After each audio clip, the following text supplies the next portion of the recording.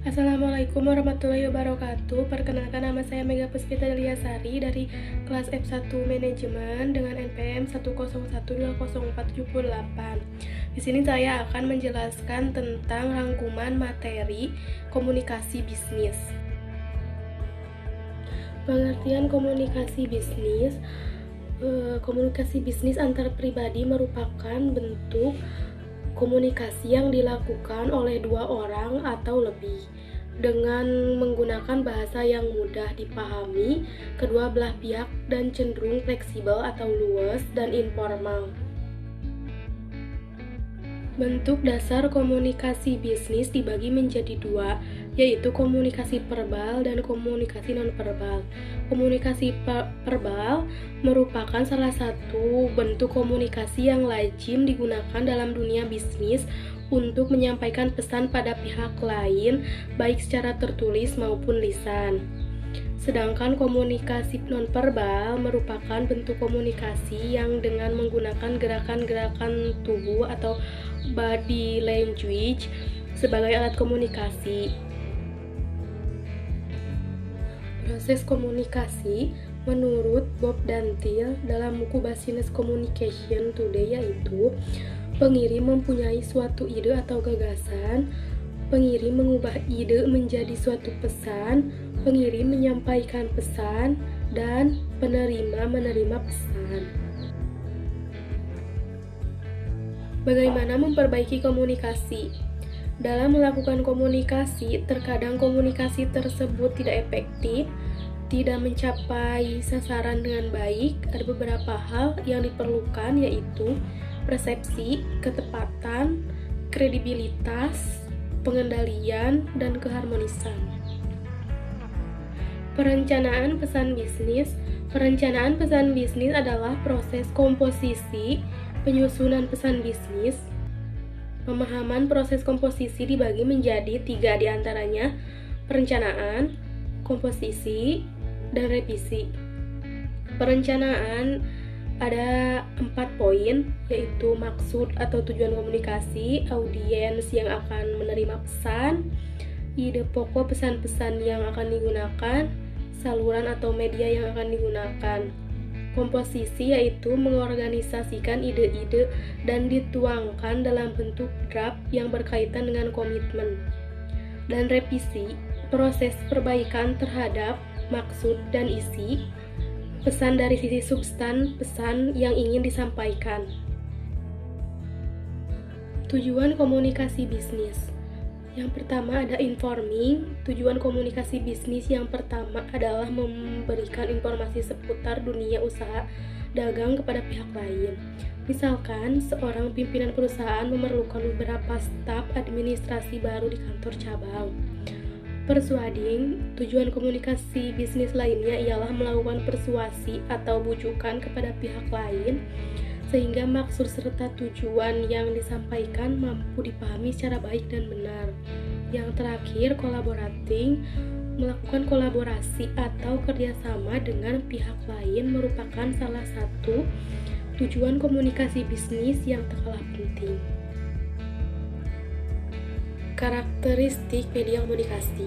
Media komunikasi lisan yaitu ada percakapan secara langsung, pidato, pertemuan.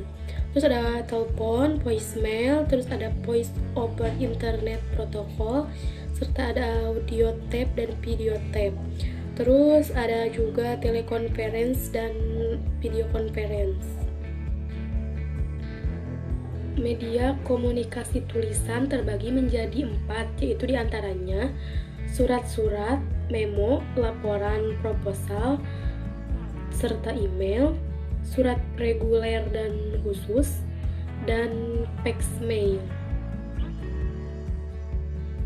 Teknik-teknik penulisan pesan bisnis dibagi menjadi 2. Yang pertama ada direct request, surat permintaan atau permohonan langsung, meliputi pembukaan, penjelasan rinci, dan penutup. Yang kedua ada permintaan atau pesan-pesan rutin. Mengembangkan pesan-pesan yang persuasif. Kegiatan persuasif yang efektif mencakup 4 komponen, yaitu Satu, menetapkan kredibilitas. Yang kedua, membuat kerangka argumentasi audiens. Yang ketiga, menghubungkan audiens dengan hal-hal logis. Yang keempat, memperkuat posisi penulis atau penyampai pesan dengan menggunakan bahasa yang baik dan tepat. Pemilihan kata yang tepat perlu diperhatikan pada saat pemilihan kata yang tepat sebagai berikut. Yang pertama ada pilihlah kata yang sudah familiar atau dikenal. Terus yang kedua, pilihlah kata-kata yang singkat. Yang ketiga, hindari kata-kata yang bermakna ganda. Keterampilan merevisi. Pesan-pesan bisnis tertulis dimulai dari penulisan draft. Selanjutnya dilakukan perlahan lebih lanjut sebagai berikut ini. Yang pertama, substansi pesan. Yang kedua, mengedit isi, pengorganisasian, dan gaya penulisan. Yang ketiga, mengedit mekanika atau teknis penulisan. Terus yang terakhir, mengedit format dan layout. Sedangkan pesan-pesan bisnis lisan yaitu yang pertama ada substansi pesan, yang kedua pengorganisasian pesan, yang ketiga gaya bahasa. Substansi pesan yaitu langkah pertama dan utama dalam melakukan pengeditan atau editing pesan-pesan bisnis adalah mengedit substansi pesan yang akan disampaikan kepada audiens. Pengorganisasian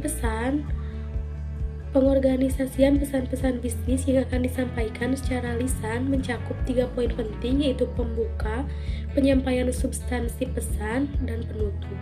Gaya bahasa yang digunakan dalam penyajian pesan-pesan bisnis secara lisan lebih menarik dan dinamis daripada yang berbentuk tertulis, karena cara menyampaikannya yang lebih santai, luwes, dan tidak monoton. Pesan-pesan good news adalah pesan-pesan bisnis yang memberikan kesan positif dan menyenangkan kepada pihak lain. Yang pertama ada good news tentang pekerjaan.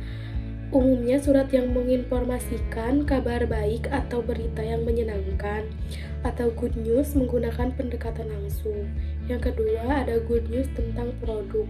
Good news yang berkaitan dengan produk antara lain pembicaraan diskon harga produk, yaitu sistem buy 3 get 1 free. Strategi pengorganisasian pesan-pesan bad news. Ada 3 hal yang perlu diperhatikan yaitu penyampaian bad news, penerimaan pesan tersebut, menjaga goodwill sebaik mungkin dengan pelanggan. Perencanaan pesan-pesan persuasif. Yang pertama ada analisis audiens, yaitu penyampaian pesan-pesan persuasif yang terbaik adalah dengan menghubungkan satu pesan dengan minat dan hasrat audiens. Dan yang kedua, pertimbangan perbedaan budaya, yaitu sebagai contoh di Swedia, audiens memiliki kecenderungan memfokuskan pertanyaan-pertanyaan teoritis dan implikasi strategis. Dan yang terakhir, memilih pendekatan organisasional. Dalam hal ini, Anda dapat menggunakan pendekatan tak langsung dalam menyampaikan pesan-pesan persuasif.